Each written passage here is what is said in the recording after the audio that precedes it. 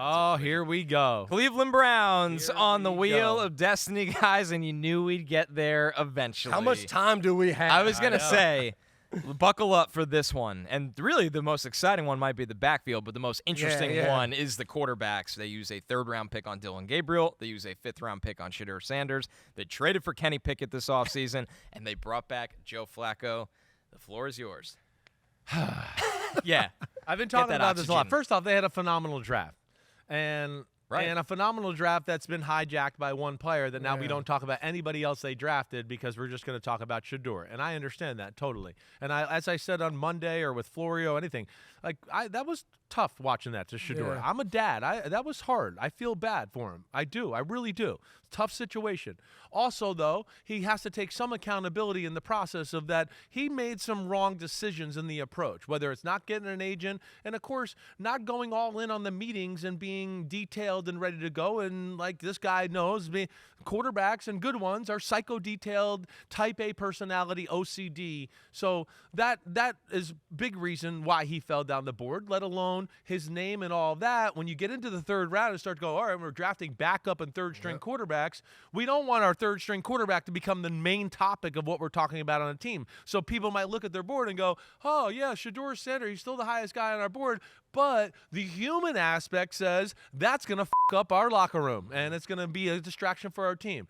Cleveland apparently doesn't care about the human aspect. No, they never care. They never have. Whether it's back to Johnny Manziel or Deshaun Watson or whatever, they don't seem to care. And that's where analytics can steer you wrong. I don't get it. So we're going to talk about them and the Giants as far as this situation. And I know we'll come up with the Giants in a bit, but this one's a little different than the Giants situation because it's two rookie quarterbacks. And now that, I have a hard time. I mean, they're going to be there. Dylan Gabriel and Shadur are going to be there. Who is the odd man out? Who do you like more, Gabriel or Shadur, now that we know they're in Cleveland in this fancy system? I like Shadur more. Yeah. I do. Does Shadur other stuff, does it concern me a little bit? Definitely. But translation to the NFL, I like Dylan Gabriel. I do.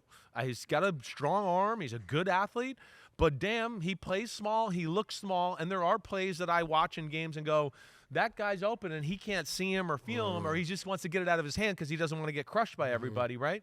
So, yeah, I like Shadur there better. But, Shadur's approach has to change. Even to this, let me just say this because I got to say this too. Did you see after the draft, after he got drafted, the Louis Vuitton luggage with $1 million in it? First off, who gave him $1 million in cash? I'd like to know that, first off, okay? Second off, I'm just going please Why? Stop digging holes for yourself. Just make things quieter. Just stop.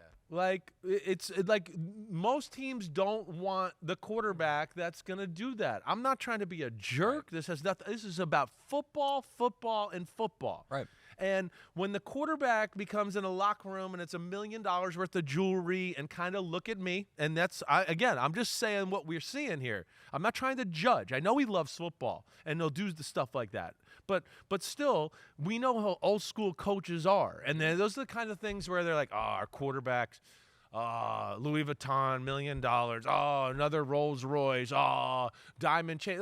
The old school faction of the football just rolls their eyes at that. And that's where I just wish he would stop digging a hole there. But back to the main point.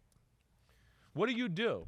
Right? Do you go with a Kenny Pickett and go, wait, he's kind of in the prime of his career?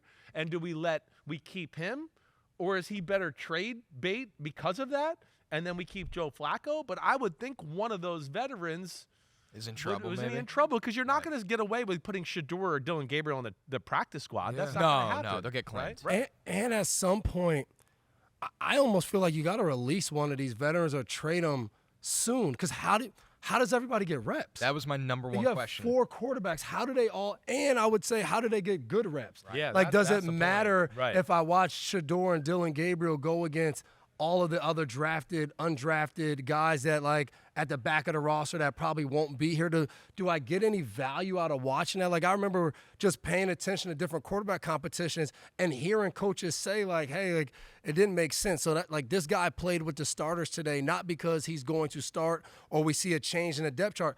simply because we need to We just see got to see him against those guys. Everybody Yeah. looks good against the fifth string Exactly. on the team right now. So Right, I just right. don't know what Cleveland's plan is to keep 4 guys. Like, how do you decide? You have to make some decisions before actually watching these guys, which a lot of people feel like, man, that's messed up. But like Joe Flacco's an older guy. Like, is Joe Flacco the guy that you say, hey, I have to keep him in the locker room? Or do you say, hey, like, we need to move on from Joe Flacco? Or do you tell him, hey, coming in, hey, you're not our guy. We would love to keep you here. Right. We're going to pay you to be a mentor, basically. Right. Does he want that? Like, I don't. I know. don't That's know. where I don't know either. I got no inside info here and all this.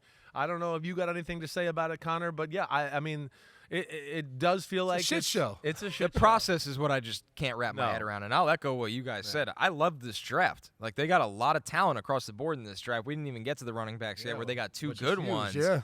But Devin brought up the reps. That's my number one question. What was the process here? Did you go into the draft saying we're going to take 2 guys and hope one No, hits? they No, did you not. didn't. You did not. No, this is what happens when either the owner gets involved That's or my you first follow what I analytics thought. board to a T. Where you it's go with one the of the next two. best guy. And I said this to Andrew Berry 2 years ago. I asked him, I said, it seems like you guys lean on analytics more than any other team in football. And he looked me right in the eye and he said, that's totally fair to say. We do. That was his And that's whole what it feels hiring, like. was right. that he was able and to bring Paul that side. DePodesta's there and all of that, the chief strategy officer. So, yeah, that's where you wonder. And, again, that's where the human element gets lost when you just play numbers all the time. The running back thing's real easy. Quinshon Judkins. He's made for the NFL. He's a made bell cow running back. Tough 3 times. I would not tackle him if I was in the NFL right now. Right. You're not. I'm staying on the block. You're doing a 5K walk this weekend, so you can't even run anymore. All right, there, old man. So yeah, we don't want you tackling him. Okay. I mean, he's got borderline Saquon legs. Yeah. Yeah. Right. When I He's met him at the rocked up. combine, I was like, no human being on earth should have to tackle Right. this guy and one likes on one. delivering blows. Oh yeah, he's gonna be a star. Yeah. Yo, homies, what's up? Thanks for watching Chris Simms Unbuttoned. And just because the weather's warm, doesn't mean football ain't still on our brains right here. We are still working, so smash that subscribe button. We got all the training camp news, preseason news, everything up until kickoff night. Thanks for watching. And again, remember to hit that subscribe button. Peace out, homies.